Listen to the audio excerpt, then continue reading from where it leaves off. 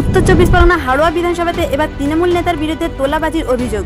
স্থানীয়দের অভিযোগ, আবাস যোজনার প্রথম কিস্তি 60,000 টাকা তৃণমূল নেতাকে ভাগ দিতে হয় 35,000 টাকা। প্রশ্ন উঠছে, এই সাহস কোথায় পেল তৃণমূলের নেতা? আর কতদিন কাঁদবে বাংলার মায়েরা? আজ তার জবাব চাই প্রত্যেকটা বাংলার সাধারণ মানুষ। আজ বিকালে সেই তৃণমূল নেতার বিরুদ্ধে হাড়োয়া থানাতে লিখিত অভিযোগ দিলেন অভিযোগকারী এবং সেই অভিযোগকারীর পাশে দাঁড়ালেন আইনজীবী ও হাড়োয়া বিধানসভার আইএসএফের অবজারভার পিয়ারুল ইসলাম। এই মুহূর্তে উপস্থিত রয়েছে উত্তর চব্বিশ পরগনা হাড়োয়া বিধানসভাতে। হ্যাঁ, এবার হাড়োয়া বিধানসভাতে একজন তৃণমূল কংগ্রেসের দক্ষতা নেতা এবং সাহসী নেতা বলা যেতে পারে, তার দুর্নীতি একেবারে প্রকাশ্যে ফাঁক। হ্যাঁ, আপনারা জানেন যে বেশ কিছুদিন আগে তৃণমূল কংগ্রেসের রাজনৈতিক মঞ্চ থেকে তৃণমূল কংগ্রেসের নেতা কর্মীরা তারা স্লোগান তুলেছিল, যারা আবাস যোজনার টাকা চাইতে যাবে সাধারণ মানুষের কাছে তাদেরকে জুতো পেটার নিবেদন দিয়েছিল। হ্যাঁ, এটা কম ছিল না যাদবপুরের সংসদ সায়নগর। তারপরেও এখানে এসে একটা হাস্যকর বিষয় আমরা শুনলাম, একজন তৃণমূল সমর্থক নিশ্চয়ই 2021 সাল বিধানসভা নির্বাচনে তৃণমূল কংগ্রেসকে ভোট দিয়েছিলেন, লোকসভা নির্বাচনে তৃণমূল কংগ্রেসকে ভোট দিয়েছিলেন, রিসেন্ট পঞ্চায়েত নির্বাচনেও তৃণমূল কংগ্রেসকে ভোট দিয়েছিলেন। আর তৃণমূল সমর্থকের কাছে থেকে একজন তৃণমূলের নেতা টাকা লুটপাট করে এবং সেটাকে ভাগ বিলি করে নিচ্ছে, এটা হাস্যকর হয়ে দাঁড়াচ্ছে। 2026 বিধানসভা নির্বাচন সামনে, সাধারণ মানুষ এবারে তৃণমূল কংগ্রেস নেতাদের প্রতি ভরসা কিভাবে রাখবে এই প্রশ্ন কিন্তু করছে। ইতিমধ্যেই অভিযোগকারীরা এবং অ্যাডভোকেট পিয়ারুল ইসলাম তিনি থানাতে আসলেন এবং লিখিত অভিযোগ তিনি দায়ের করলেন এবং থানাতে কি আশ্বাস দিয়েছে এবং আগামী পদক্ষেপ তারা কি নেবে আমরা কথা বলবো। এটা একটা জিনিস ভাবতে হবে, ভাবার বিষয় সত্যি, যে টিএমসি সমর্থক টিএমসিকে ভোট দেয়, সে বিরোধী দলনেতার কাছে কিসের জন্য আসছে? তার দেওয়ালে পিঠ থেকে গেছে, তার পিছানোর কিছু নেই, পিছপা হটার কিছু নেই, সেই কারণের জন্য কিন্তু সে আসছে। সে চাইছে যে বাঁচতে ওদের হাত থেকে, যাতে বাঁচতে পারে, সেই কারণেই আসছে যে আমরা ওদেরকে শেল্টার দিতে পারি। তিনি আমাদেরকে বললো যে দাদা, আমি কিন্তু পিছুপা হব না, আপনারা আমাদের সঙ্গে থাকবেন।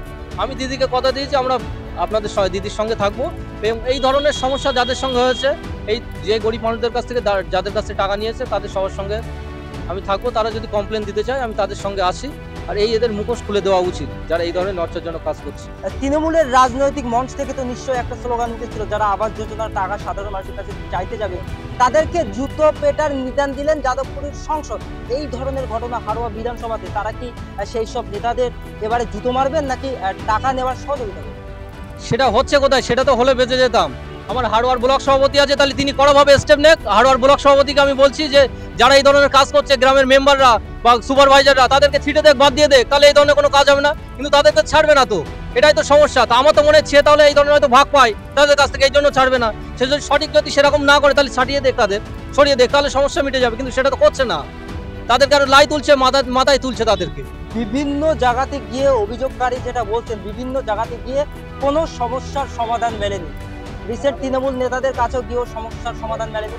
রিসেন্ট আপনার কাছে আসলে এই সমস্যার সমাধান কতটুকু সফল করতে পারবে?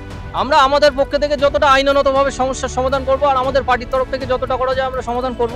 আমরা ওদের বিরুদ্ধে যারা এই ধরনের কাজ করছে, যারা ঘুষখোর, যারা টাকা খাচ্ছে, যারা এই গ্রামে গরিব মানুষদের ঘরের টাকা অবধি খাচ্ছে, তাদের বিরুদ্ধে যে কোনো আইনত ব্যবস্থা আমরা আইনত ব্যবস্থা নেব এবং তাদের বিরুদ্ধে যা স্টেপ নেওয়ার আমরা নেবো। বিডিও অফিসে যাবো, এসপি, এরপরে এসপি অফিসে কমপ্লেন দেবো। আমরা এসপি অফিসে ধর্ণা দেবো, বিডিও অফিসে হাড়োয়ার লোকদের যারা এই ধরনের থেকে বঞ্চিত, ঘর থেকে যারা টাকা দিয়ে রেখেছে, তারা আসলে তাদের দিয়ে আমরা হাড়োয়া বিডিও অফিসে আমরা করবো, ডেপুটেশন দেবো, থানাতে বলবো। থানা বড়বাবু আশ্বাস দিয়েছে তো যে এই ধরনের কমপ্লেন আসলে আমি এন্টারটেন করবো। এই মুহূর্তে আপনি থানাতে আসেন ও অভিযোগ দায়ের করতে, প্রশাসনের তরফ থেকে কি জানানো হয়েছে বা কি আশ্বাস?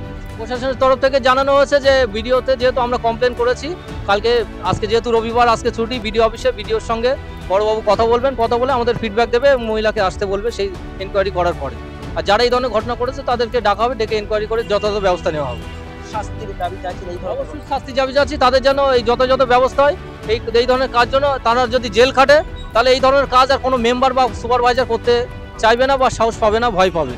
সেই কারণের জন্য এই টাকা, এই গরিব মানুষ মহিলা যাতে টাকাটা রিটার্ন পায়, ফেরত পায়, আর এই কাজ করার জন্য যাতে এদের আইনত ব্যবস্থা হয়, সেটাই চাইবো আমি।